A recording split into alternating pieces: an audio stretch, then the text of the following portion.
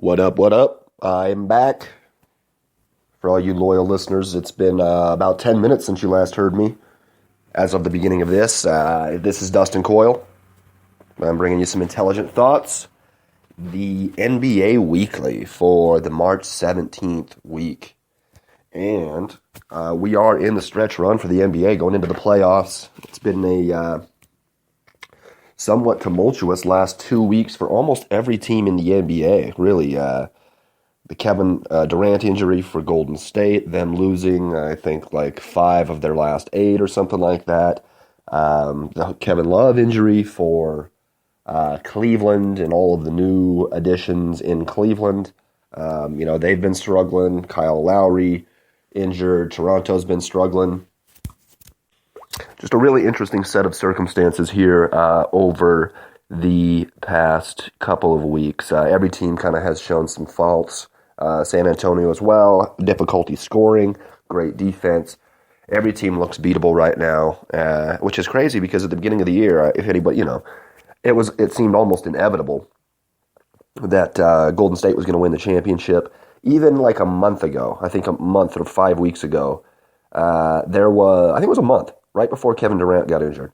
There was betonline.ag was taking, had odds for the Warriors to win the championship, minus 175 and like a plus 150 for any other team. So that even showed you how just a month ago it was heavy favorite. I mean, to say the least, a heavy favorite Golden State was with their barrage of scorers.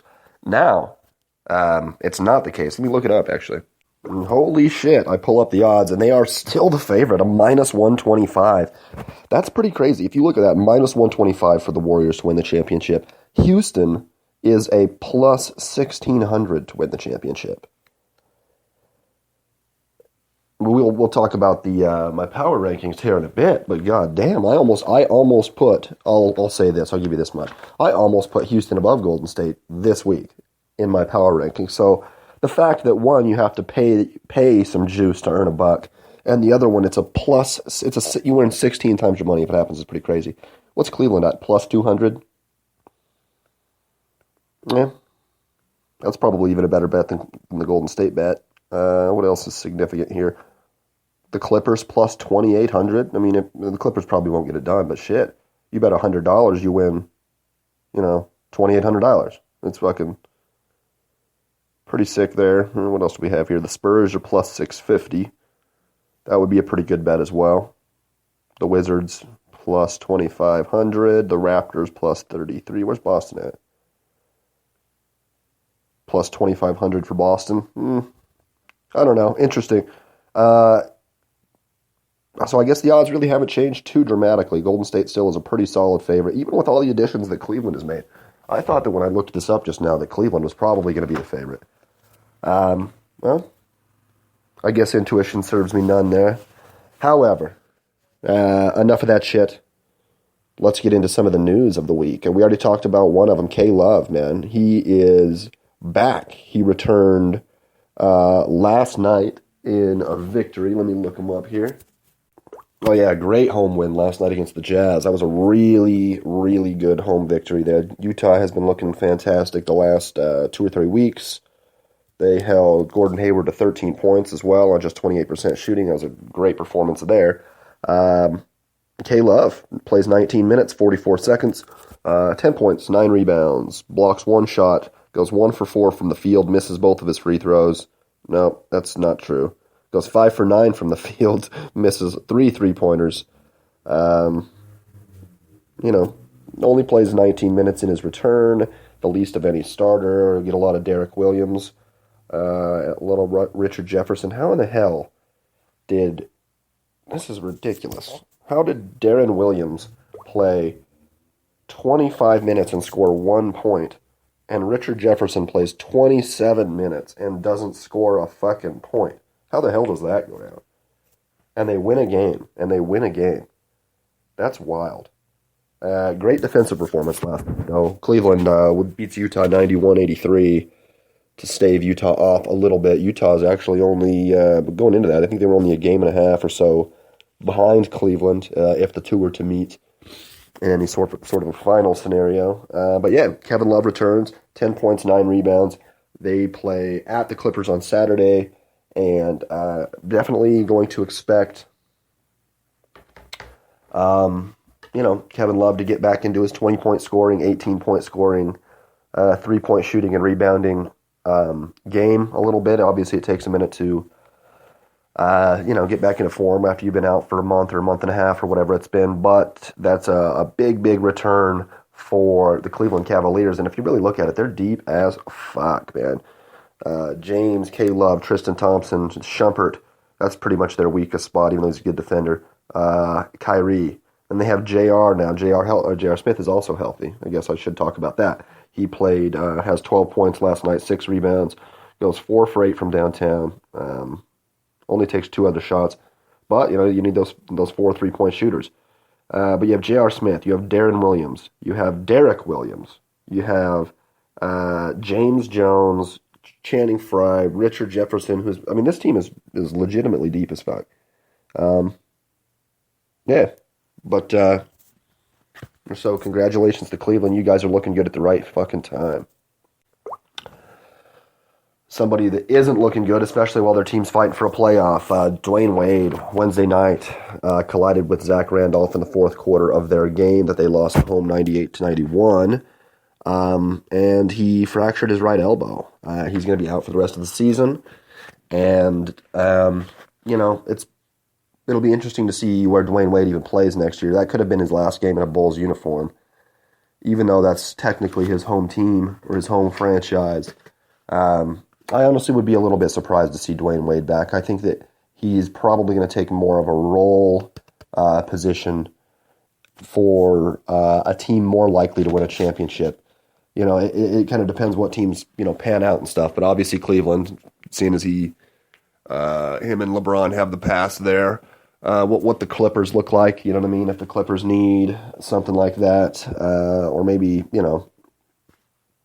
any number of those teams, maybe a San Antonio Spurs situation. All in all, Dwayne Wade, unfortunately, man, one of my favorite players of all time, out for the rest of the season, will not be playing in the playoffs, even if his team does, and that's too bad. Get better.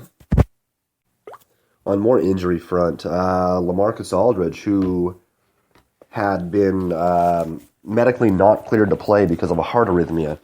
I think he missed 1 or 2 games, is back, was cleared to play again. That was obviously a scary situation, mainly because you don't really know why. You know what I mean? There wasn't really a lot of explanation there.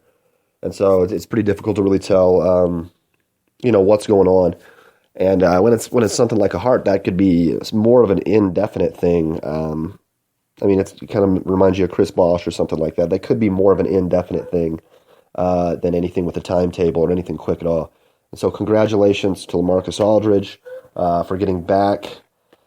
His first game back, however, his San Antonio Spurs hosted the Portland Trail Blazers, and Portland came in and put it on them. They got the W 110-106 in a game that I told you on the Daily Wager was going to be pretty much a guarantee.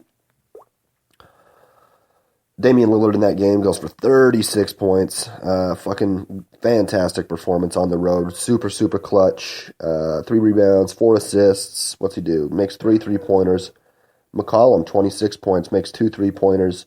They get 16 and 9 out of Nurkic, who has, I guess, come to prove to be that actually was a successful trade for him. He's proven to be quite a bit better on this team than Plumlee had been, and Plumlee, vice versa, has proven to be pretty damn good playing in Denver with the big man Jokic over there. So Plumlee doesn't have to be a big; he can play the 4.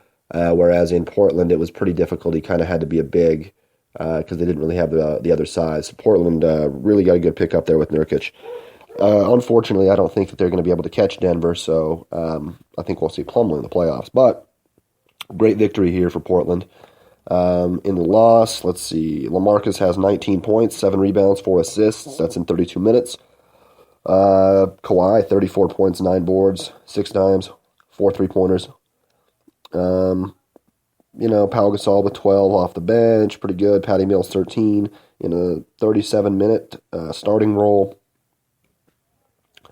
Not a lot of rebounding prowess for San Antonio. Kind of killed them in this game. Let's see. Both teams go up to play. Get 2 days off and won't be playing. Portland plays tomorrow at Atlanta. That'll be a difficult test there. Atlanta looking to improve and try to catch Toronto in the East. And I bet the Spurs play that night as well. Or they do. They play at Memphis. Somewhat difficult game there as well. If Memphis is on, they can definitely beat anybody in the league. If not, and I think they're actually 2-0 against the Spurs this year. So I don't know. Don't be too surprised there. But congratulations to LaMarcus Aldridge and the Spurs for just being healthy. Alrighty, moving on. We have the Wizards. I just wanted to talk. Earlier in the season, they had won, I think, 16 or 17 straight home games. They ended up getting beat by Cleveland at some point. But I picked them the other night, another one of my locks on the goddamn daily wager. They lose at home to the Dallas Mavericks. What a fucking unfortunate set of circumstances that is for John Wall. And, damn, I mean, that was a big step forward. They were the number 2 team, I believe, in the East at the beginning of this, and now they're back to being a game and a half behind Boston for the number 2 position. In that game, man, Seth Curry, 19 points, 3 threes. Dirk Nowitzki, 20 points, 3 threes. 22 out of Harrison Barnes. Nerlens Noel, 12 off the bench. Bradley Beal, 24. John Wall, 26 and 11. Washington scored. They just weren't able to defend, man. They just weren't able to stop. Kind of a big 3 situation in fucking Dallas, which is random as hell. Another team right on the outside looking in. Dallas probably a better team than, for example, if they were in the East, they're better than Indiana. Who's the 6th seed? They're better than Milwaukee. They're better than Miami, probably. They're better than Detroit. They're better than Chicago. They're probably about as good as Atlanta, maybe better than Atlanta. It's tough to tell, really. So another team right there that, if Portland was in the East, they'd be better than Atlanta. They'd be number 5 seed. And so the West is kind of stacked, especially towards the bottom. So that's a big win for Dallas. They're playing today at the Sixers. I think that's going to be a tough game for them. If they could win that will prove a little bit more to me as far as like where they may be able to go. And then the Wizards, I think they're playing at home against the Bulls today. A Bulls team that, like I just said, is going to be without Dwayne Wade. They've lost quite a few games. Let's see, straight. They're 4 games under 500, I think, for the first time all year. Losers of 7 of the last 10 games.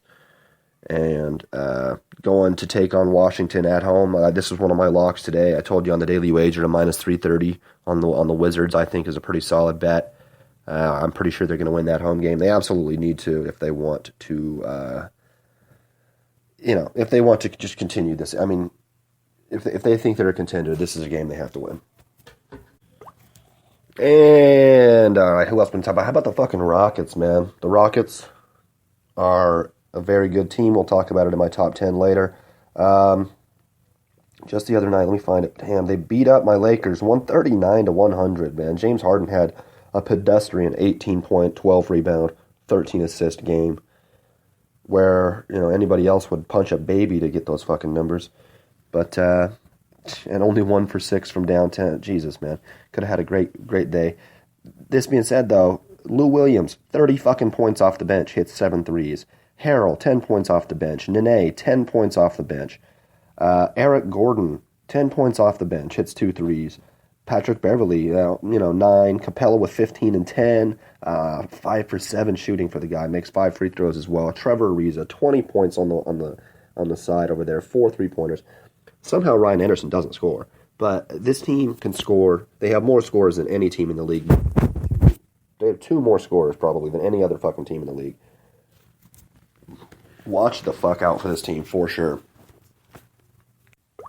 The game before that, they beat the Cleveland Cavaliers at home, 117-112. Just a game, again, where Cleveland wasn't able to keep up with them. It wasn't that Houston outplayed them any particular way other than just scoring more points. They didn't look like the better team.